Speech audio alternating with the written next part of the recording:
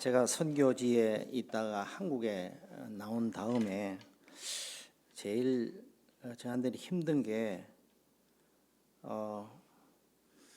강단에 서서 말씀 전할 때 제 복장입니다. 저는 선교지에서 말씀 전하는 자는 꼭 양복을 입고 넥타이를 매고 이렇게 예배를 인도하는 것이 아니라 아주 자유로운 그런 복장으로 인도하다가 한국에 오니까 목사님들은 강단 위에 올라갈 때 반드시 양복을 입고 넥타이를 딱 매고 정장한 차례로 그렇게 설교하는 그것이 저한테는 참 힘들고 어려웠어요. 그래도 한국에 좀 있으면서 어느 정도 저도 이제 제 몸에 익어서 당연히 이제 예배 드리면 설교하고 뭐 선교 보고하고 그렇게 하기 위해서 강단에 올라갈 때는 양복을 입고 넥타이를 매는 것이 이제 습관처럼 그렇게 됐는데, 그러나 아직도 넥타이를 풀고 이렇게 하면은 굉장히 편합니다. 아까 넥타이 가지고 왔거든요. 그래서 예배 전에 여기 나오면서 넥타이를 매려고 하는데 우리 장목사님께서 넥타이 안 매도 됩니다.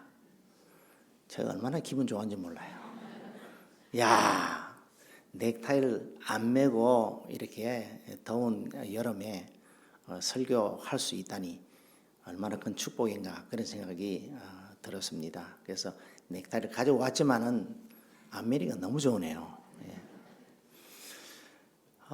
이제 교회 와보고 싶었던 교회인데 오니까 우리 권사님 두 분이 식사 준비도 정성스럽게, 제가 교회 가서 식사 대접을 자주 이렇게 받기도 하고 그러는데 교회 가면은 강사 대접을 식당으로 막 틀림없이 모셔가요. 그래서 오늘은 어떤 식당 가는가 그런 생각을 일반적으로 하게 되는데 교회에서 식사 준비를 하셨더라고요.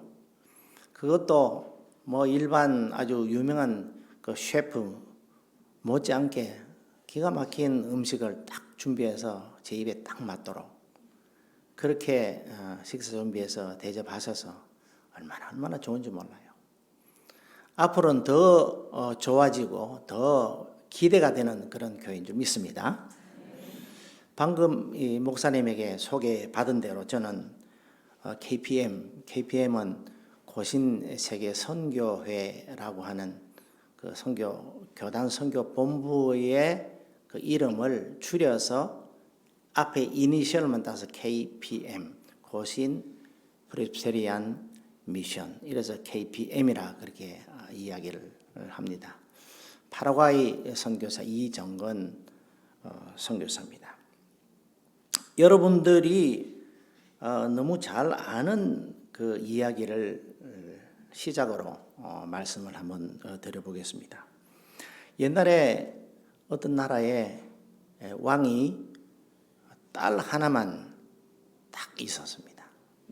그래서 이 딸을 금이야 오기야 키웠는데 이제 딸이 결혼할 나이가 되어서 이제 사위를 얻어야 되잖아요. 근데 이 왕은 앞으로 사위가 이 나라를 물려받을지도 모르는데 그 사위 정말 용감한 그런 사위였으면 좋겠다는 생각이 들어서 나라에서 가장 용감한 사위를 얻어야 되겠다 그렇게 생각을 하고 이제 지원하는 사람을 이렇게 모집했습니다. 맨 마지막 관문이 무엇이냐면은 큰 풀장 같은 것을 하나 만들어 놓고 그 안에다가 한 일주일쯤 굶은 악어를 몇 마리 풀어놨습니다. 그리고 제일 먼저 그 속에 뛰어 들어가는 사람이 있으면 사위로 삼겠다는 거예요. 하나, 둘, 셋 하면 풍덩 제일 먼저 들어가는 사람을 사위로 삼겠다 하고 하나 하는데 벌써 누가 풍덩 하면서 뛰어 들어가는 겁니다. 사람들이 다 놀랐어요. 하나 하는데 벌써 뛰어 들어가다니 얼마나 용감한 사람이면 저럴까. 뛰어 들어간 사람이 악어가 옆에 다가오니까 그러면 나 살려라 하고 살기 위해서 열심히 헤엄을 쳐서 밖으로 빠져나오려고 하는데 옷도 집어 뜯기고 또 살도 이렇게 뜯기고 피도 나고 그러면서 어쩌든지 죽을 힘을 다해서 밖으로 나왔습니다. 사람들이 와 놀라서 어쩌면 저렇게 용감할 수가 있단 말이냐. 이 사람이 올라와서 뒤를 향해서 큰 소리로 이렇게 말했습니다. 어떤 놈이 나를 또 밀었어? 자기가 뛰어 들어간 것이 아니라 누가 확 밀었어요. 그래서 들어가게 된 겁니다. 우리 가운데 그 누구도 내가 예수 믿고 싶다고 해서 믿은 사람 없어요. 나는 내 발로 걸어서 교회를 갔는데 그런 생각을 가지고 계신 분이 혹시 있을지라도 그 걸음을 누가 인도했는데요? 성령께서 그 발걸음을 교회로 인도해서 내가 스스로 간 것 같지만 성령님의 강권적 역사로 가게 된 겁니다. 어떤 사람은 쫄딱 망해가지고 손들고 천부에 의지 없어서 그러고 나오는 분도 있고 어떤 분들은 아파가지고 죽을 그런 처지에 놓였는데 하나님께 살려주셔서 남은 인생을 주님을 위해서 살겠다 그러고 결심하고 믿은 그런 분도 있고 저처럼 아예 태어날 때에 예수 믿는 사람의 가정에서 태어나서 예수 믿은 그와 같은 케이스 있지만은 어쨌든 칼빈의 5대 교리 가운데 하나가 불가항력적인 은혜라 하는 것이 있어요. 그거는 하나님께서 강권적으로 은혜를 주셔서 내가 믿었다는 거예요. 내 스스로 결정하고 내 스스로 그 길을 가겠다고 해서 된 것이 아니라 성령께서 우리의 마음을 감동시키셔서 오늘 여기까지 오게 한 거예요. 오늘 수요일 날 여러분들이 집에 있을 수도 있고 혹은 다른 장소에 있을 수도 있지만은 이 자리에 나오신 것도 하나님께서 여러분들을 성령으로 감동시키시고 교회에 오게 하셔서 이 자리에 오시고 저와 만나서 말씀을 듣고 하나님 앞에 예배하는 자리.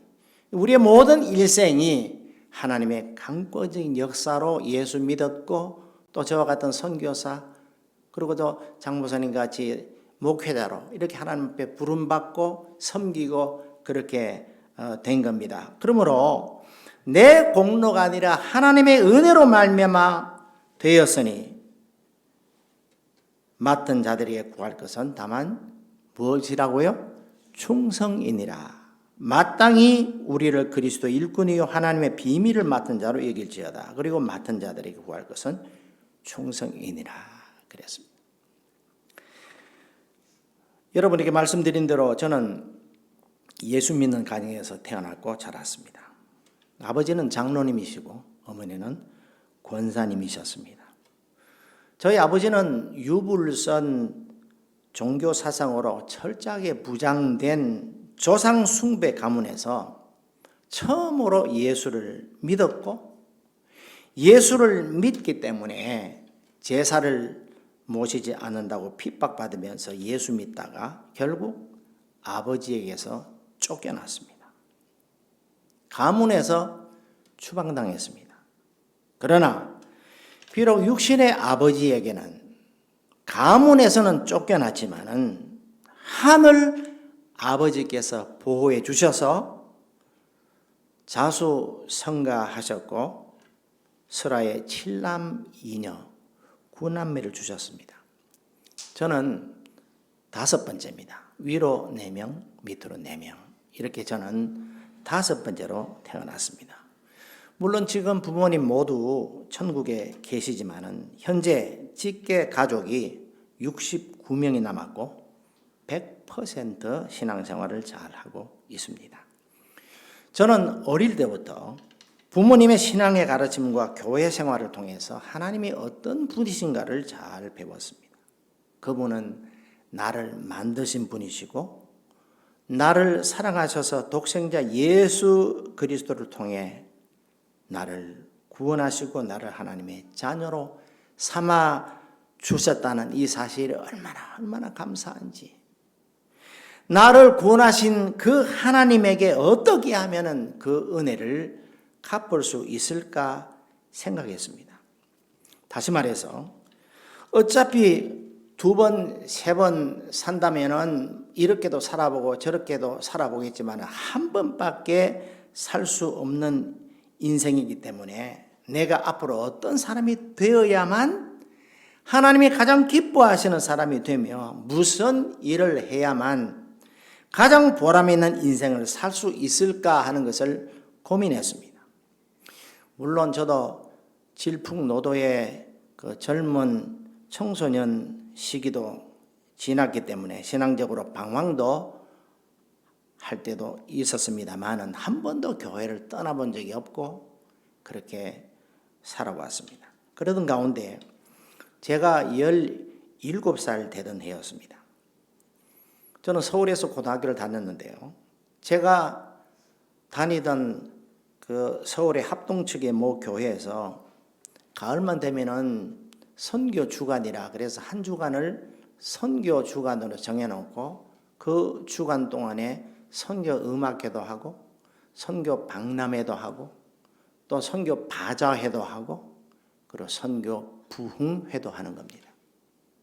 2박 3일 동안 선교사님을 모셔서 새벽기도와 밤집회 이렇게 하루에 2번씩 집회를 하면서 선교지 이야기도 듣고 하나님 말씀도 듣고 그리고 감동을 받은 사람들은 선교사로 헌신하기도 하고 또 보내는 선교사로 열심히 선교에 헌신하는 그와 같은 일들이 있었습니다. 저도 고2였는데 참석을 해서 마지막 집회 시간에 그날 그 선교사님이 설교했던 설교 본문과 제목이 오늘 저녁에 우리가 함께 읽은 사도행전 1장 8절 한 절 말씀과 역시 같은 제목 땅끝으로 하는 제목으로 그 선교사님이 말씀을 전했습니다. 오직 성령이 너희에게 임하시면 너희가 권능을 받고 예루살렘과 온 유대와 사마리아와 땅끝까지 이르러 내 증인이 되리라. 이 말씀 하시고 난 다음에 다음과 같은 설교를 하셨습니다. 어떤 나라에 넓은 땅을 가진 부자가 있었습니다. 그런데 이 땅 주인이 어느 날 먼 나라로 여행을 떠나면서 종들을 다 불러놓고 이런 부탁을 했습니다. 내가 언제 돌아올지 모르지만 내가 돌아오기 전까지 한 번은 나의 모든 토지를 다 갈아엎고 경작하라. 그러면 나중에 내가 돌아온 후에 그 종들에게 내 땅의 상당한 부분을 기업으로 주리라. 그렇게 이야기를 했습니다. 주인이 했던 말은 지극히 단순했습니다. 첫째로는 먼 나라로 여행을 떠난다는 겁니다. 그리고 두 번째로는 언제 돌아올지 모르지만 반드시 돌아온다는 겁니다. 세 번째로는 그동안 적어도 한 번은 나의 모든 토지를 다 갈아엎고 경작하라는 겁니다. 그리고 나머지 네 번째는 충성을 다한 자에게는 상급을 약속했습니다. 그리고 주인은 여행을 떠났습니다. 아직 주인의 명령이 따끈따끈할 때 이 부탁을 들은 종들이 즉시 주인의 부탁대로 처음에는 모두 열심히 일했습니다. 그러나 세월이 흐르면서 주인이 돌아오지 않자 종들은 점점 게을러지기 시작했습니다. 주인의 집이 얼마나 큰지 그 집을 청소하고 수리하고 관리하는데도 일손이 부족했습니다. 정원도 너무나 넓기 때문에 풀이 많이 자라서 풀을 깎고 또 뒷돌로 가면 또 이렇게 자라있고 또 깎고 앞으로 오면 또 이렇게 자라있고 풀 깎는 것만 해도 정신이 없습니다. 그러다 보니까 어떤 종들은 아무도 보는 사람이 없어서 잠만 자는 사람도 있었습니다. 이때 몇 명의 종들이 함께 모였습니다. 그리고 서로 이야기를 나누었습니다. 주제는 주인이 먼 나라로 여행을 떠날 때 종들에게 무슨 부탁을 하고 떠났는지 한번 기억해 보자는 겁니다. 주인의 부탁은 지극히 간단했잖아요. 내가 돌아오기 전까지 한 번은 내 땅 전체를 갈아엎어서 씨를 뿌려라는 겁니다. 그런데 우리는 지금까지 이 큰 집을 관리하고 가꾸는 일만 하고 있지 않느냐? 지금부터라도 주인의 부탁대로 저 땅 끝에 가서 씨를 뿌리고 경작하자고 다짐을 하고 즉시 떠났습니다. 이때 다른 종들이 비아냥거렸습니다. 야, 여기도 할 일이 태산 같은데 왜 보이지도 않는 저 먼 땅 귀퉁이에서 누가 알아주지도 않는데 거기서 일하려고 하느냐? 그냥 거기에 가서 고생하지 말고 여기에서 우리 같이 일하면 살자. 어차피 품삯은 마찬가지 아니냐. 그렇게 했지만은 그 종들은 주인의 부탁에 순종하려고 떠나서 열심히 땅 끝에서 땀을 흘리며 일했습니다. 그렇게 시간이 흘러갔습니다. 어느 날 정말 예고도 없이 주인이 긴 여행에서 돌아왔습니다. 그리고 종들이 그동안 어떻게 일했는지 살폈습니다. 그런데 주인의 관심은 집 안팎에서 일한 종들에게 있는 것이 아니라 자기 땅 저 끝에서 땅을 경작하면서 씨를 뿌리는 종들에게 있었습니다.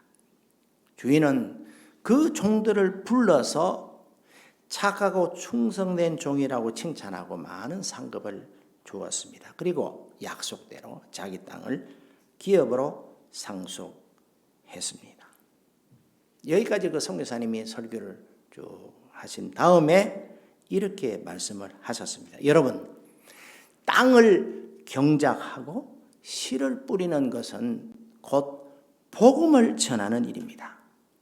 교회 안에서 봉사하고 섬기는 일도 물론 귀하지만 아무도 가지 않는 땅 끝에 가서 복음을 전하는 자야말로 하나님께서 가장 기뻐하시고 그 사람은 가장 가치 있고 보람된 인생을 사는 사람입니다. 이 이야기를 듣는 여러분 가운데 만일 하나님께서 부르시면 그 부르심에 순종하여 땅 끝에 가서 복음을 전할 선교사가 되기를 원하는 사람이 있으면 지금 앞으로 나오라고 그렇게 초청을 했습니다. 저는 그날 밤에 저의 한 번뿐인 남은 인생을 선교사로 살기로 작정하고 하나님께 드렸습니다. 그 후에 고등학교를 졸업하고 신학대학에 들어갔습니다. 보통 신학대학에 들어가는 분은 앞으로 목회자가 되기 위해서 들어가잖아요. 저는 목회자가 되기 위해서 신학교에 들어간 것이 아니라 선교사가 되기 위해서 들어갔습니다. 지금은 평지도 선교사, 전문인 선교사, 선교사가 꼭 목사가 아니라도 얼마든지 자기 직능을 살려서 자기 달란트 가지고 선교하는 분들이 많이 있지만 그 당시만 해도 그런 분들은 많이었고 대부분이 목사 선교사고 저도 당연히 선교사가 되려면은 목사가 안 되면 안 되는 것으로 그렇게 잘못 알고 제가 선교사가 되기 위해서 신학교를 들어갔습니다.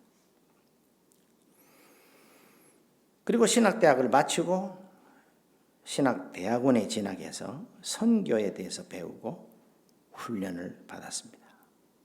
그 무렵에 제가 보기에 세상에서 가장 아름다운 한 여인과 만났고 결혼했고 딸 하나, 아들 하나를 얻었습니다. 제가 신학대학원을 졸업할 때에 미국과 호주에서 저에게 초청장이 왔습니다.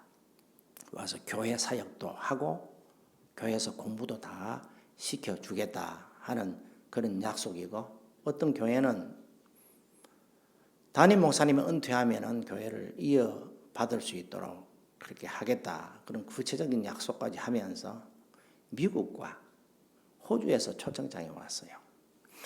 여러분 지금은 여러분들이 뭐 미국 가려고 그러면 얼마든지 무비자로 그렇게 가지 않습니까?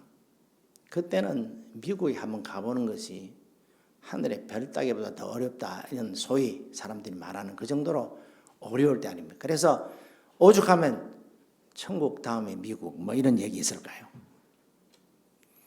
저는 미국과 또 호주에서 초청하는 그 초청장을 들고 하나님께서 어디로 나를 인도하실는지 하나님께 묻기 위해서 한 주간 동안 기도원에 가서 금식 기도를 했습니다. 간절히 기도했습니다. 하나님께서 제가 미국으로 가기를 원하십니까? 아니면 호주로 가서 제가 사역하기를 원하십니까? 그랬더니 하나님께서 맨 마지막 날 밤에 저에게 말씀하셨습니다. 네가 17살 때에 분명히 선교사가 되겠다고 했지. 예, 그랬죠.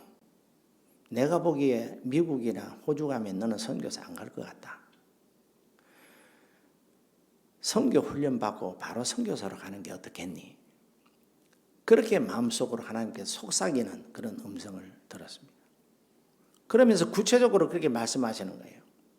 네가 말도 통하지 않고 문화도 다르고 전혀 같은 것이 없는 다른 민족들에게 가서 복음을 전하고 그들을 예수 믿게 한 다음에 모아서 예배드리고 하나님의 교회를 세우는 것이 선교사의 기본적인 일이라면 그 일을 위해서 네가 간다면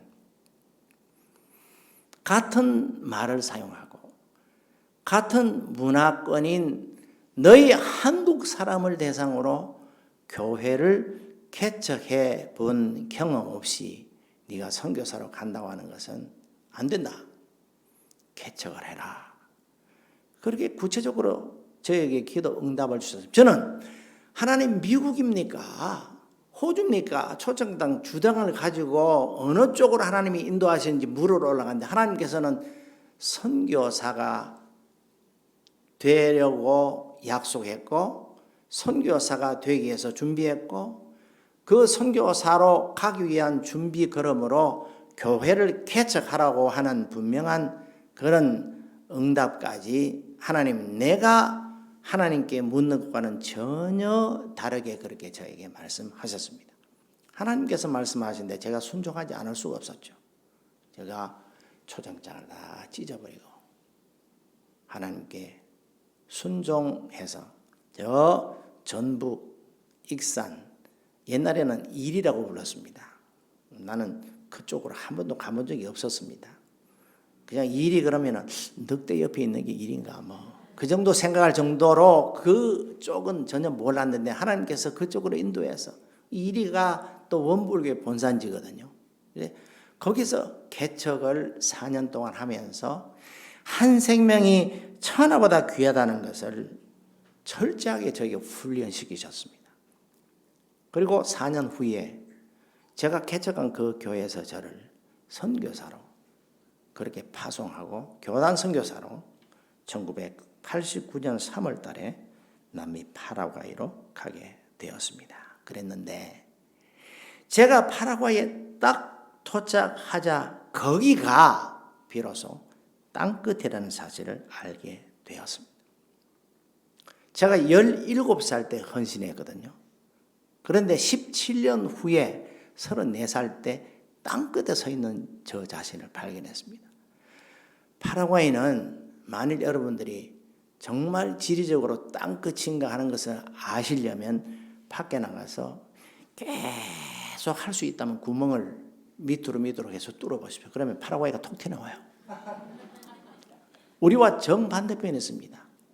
우리나라가 낮 12시고 거기는 밤 12시입니다. 12시간 차이 나요. 그리고 여기에 봄이 거기는 가을이고 여기 여름은 거기 겨울이에요. 그리고 아까 우리 장 목사님에게도 제가 보여드렸지만은 파라과이 지도를 이렇게 돌려서 180도 돌리면요. 한국 지도하고 똑같아요. 정말 땅끝에 하나님께서 하나님이 저를 원하시면 땅끝에서 주의 복음 증거하는 선교사가 되게 해주세요. 그랬더니 저는 그러고 난 다음에 잊었는데 하나님께서는 기억하셨다가 17살 때 서원했더니 17년 후에 저를 거기다 딱 놓으시더라고요.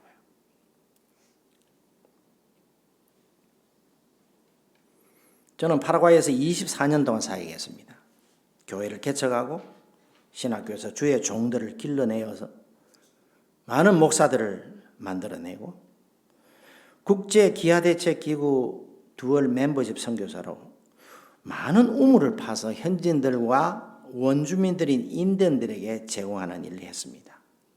그리고 2012년도에 총회 부름을 받고 선교 본부로 들어와서 22년까지 10년 동안 본부장과 멤버 케어 원장으로 본부 행정과 선교사들을 돌보는 일을 하고 지금은 제가 안식년을 하고 있습니다.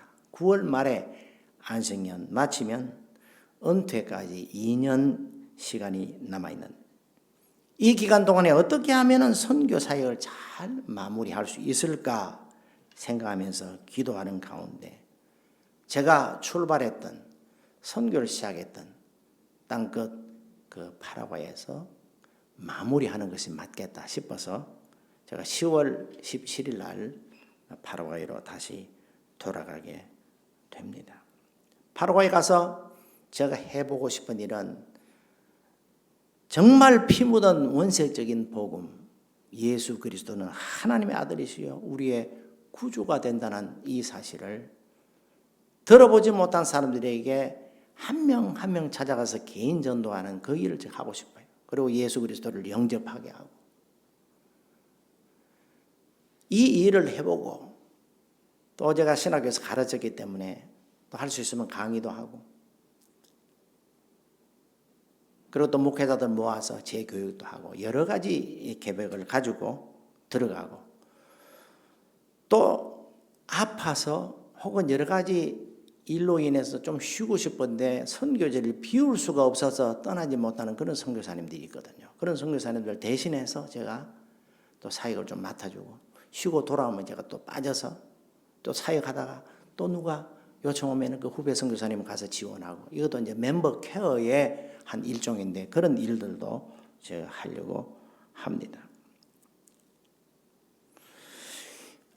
아까 여러분이 그 동영상을 보셔서 이미 알고 계시겠지만 2년 전에 제 인생에서 가장 충격적인 슬픔을 경험했습니다. 사역을 마치고 집으로 돌아가다가 교통사고를 당했습니다. 저는 살아났지만 제 아내는 소천했습니다. 정말 하늘이 무너져 내리는 느낌이 무엇인지 그때 알았습니다. 제가 하늘을 향해서 수없이 소리쳤습니다. 하나님, 사명자에게는 사명이 끝나기 전까지는 하나님이 안 불러가시는 줄 알았더니 이게 도대체 무슨 일입니까? 아직도 우리의 사명이 다 끝나지 않았는데 왜 아내를 불러가십니까? 그랬더니 주님께서 제 마음속에 고요히 그렇게 말씀하시는 거예요. 그래, 나도 마음이 아프다. 그런데 네 아내 박은주 선교사는 자기의 사명을 다 해서 내가 불렀고 너는 아직 네가 해야 될 그 사명이 끝나지 않았다고 말씀하셨습니다. 그 남은 사명을 위해서 제가 선교지로 떠나는 겁니다. 로마서 8장 28절에 보면 우리가 알거니와 하나님을 사랑하는 자 곧 그의 뜻대로 부르심을 입은 자들에게는 모든 것이 합력하여 선을 이루느니라. 저는 하나님을 사랑합니다. 또 그의 뜻대로 선교사로 부르심을 받았음도 믿습니다. 그렇다면 내게 일어나는 모든 일들도 하나님께서 합력하여 선을 이루게 해 주실 줄 믿습니다. 여러분 잘 살고 싶으십니까? 행복한 삶을 살고 싶으십니까? 어떻게 하면 잘 살고 어떻게 하면 행복하게 살 수 있습니까? 그것은 나를 위한 삶이 아니라 다른 사람을 잘 살게 하는 것, 다른 사람을 행복하게 살도록 도와주는 것입니다. 여러분은 자신과 가족 말고 다른 사람이 잘 되도록 기도해 보신 적이 있습니까? 다른 사람의 행복을 위해서 노력해 보신 적이 있느냐고요? 사실은 우리 예수님이 그렇게 사셨습니다. 그리고 우리도 그의 뒤를 따르라고 말씀하십니다. 그것은 믿지 않는 자들에게 복음을 전하여 그들이 남은 삶을 잘 살고 행복하게 살게 하는 겁니다. 그것이 우리가 전도하고 선교해야 될 이유입니다. 요한 3서 2절에 보면 사랑하는 자여 내 영혼이 잘됨 같이 네가 범사에 잘되고 강건하기를 내가 간구하노라 그랬습니다. 예수를 잘 믿어야 영혼이 잘되고 그래야 범사가 잘되고 강건하는 복을 하나님께 구할 수가 있는 거예요. 영혼이 잘되는 것이 뭡니까? 예수 믿으면 영혼이 잘돼요. 구원 얻으니까요. 영생을 선물로 받으니까요. 하늘의 시민권자가 되니까요. 1989년 3월 달에 제가 처음 선교지로 나갈 때는 아내와 두 어린 자녀들을 데리고 나갔지만 이번에는 혼자 선교지로 나가게 됩니다. 사실은 두렵습니다. 과연 혼자 해낼 수 있을까? 기도했더니 하나님께서 제 마음속에 내가 너와 함께 가리라 그렇게 약속하셨습니다. 그래서 용기를 내어서 제가 떠나는 겁니다. 여러분 혹시 기도하시다가 제가 생각이 나시거들랑 기도해 주시기를 부탁합니다. 말씀을 맺겠습니다. 다시 처음으로 돌아가 보겠습니다. 여러분은 땅끝이 어디라고 생각하십니까? 과거에 어떤 사람들은 핍박 때문에 예수 믿기 어려운 소련 철의 장막이라고 불렀었죠. 혹은 중국 죽의 장막이라 그렇게 불렀었죠. 거기가 땅끝이라고 말하는 분들도 있었어요. 혹은 북한이 땅끝이라고 말하는 분들도 있습니다. 어떤 사람들은 무슬림 국가들이 땅끝이라고 했습니다. 물론 저에게 있어서 지리적으로 한국에서 땅끝은 파라과이가 맞습니다. 그래서 파라과이에 하나님께서 저를 보내셨습니다. 여러분에게 있어서 땅끝은 어디입니까? 제가 말씀드릴게요. 여러분에게 있어서 땅끝은 궁극적으로 예수 믿지 않는 사람의 마음이 땅끝입니다. 이 땅끝은 여러분 가족 가운데도 있을 수 있고요.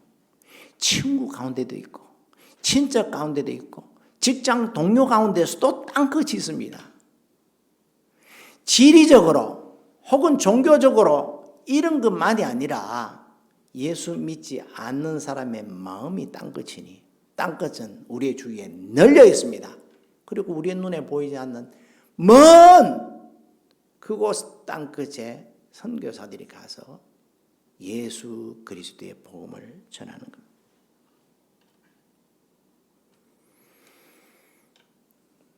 그러므로 너희는 가서 그랬잖아요. 가서. 주님이 하신 말씀입니다. 그러므로 너희는 가서 모든 민족으로 제자로 삼고 아버지와 아들과 성령 이름으로 세례를 베풀고 내가 너에게 분부한 모든 것을 가르쳐 지키게 하라. 그렇게 지상 대명령을 주셨잖아요. 너희는 가서 그랬습니다. 너희는 모든 우리가 다 포함돼요. 그러면 주님 말씀하신 그대로 하려고 그러면 우리 모두가 다 가야 돼요. 그러면 어쩌면 우리 장모사님은 사모님만 앉혀놓고 예배해야 될지 몰라요. 왜 우리 다 가야 되니까요? 그럴 수 없잖아요. 그렇기 때문에 우리를 대신해서 가서 복음을 전하는 그들이 선교사입니다. 그러면 가서 복음 전하는 그분들만 선교사입니까? 우리 모두가 다 선교사요. 어떤 선교사? 보내는 선교사입니다.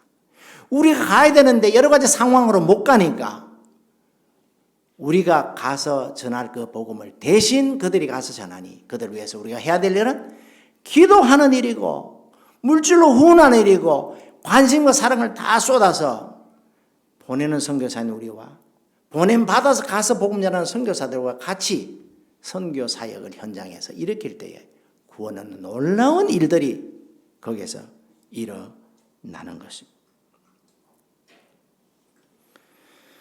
부자 그 주인은 다시 돌아왔습니다. 그리고 종들을 불러서 어떻게 되는지 확인했고 행함 따라서 갚았습니다.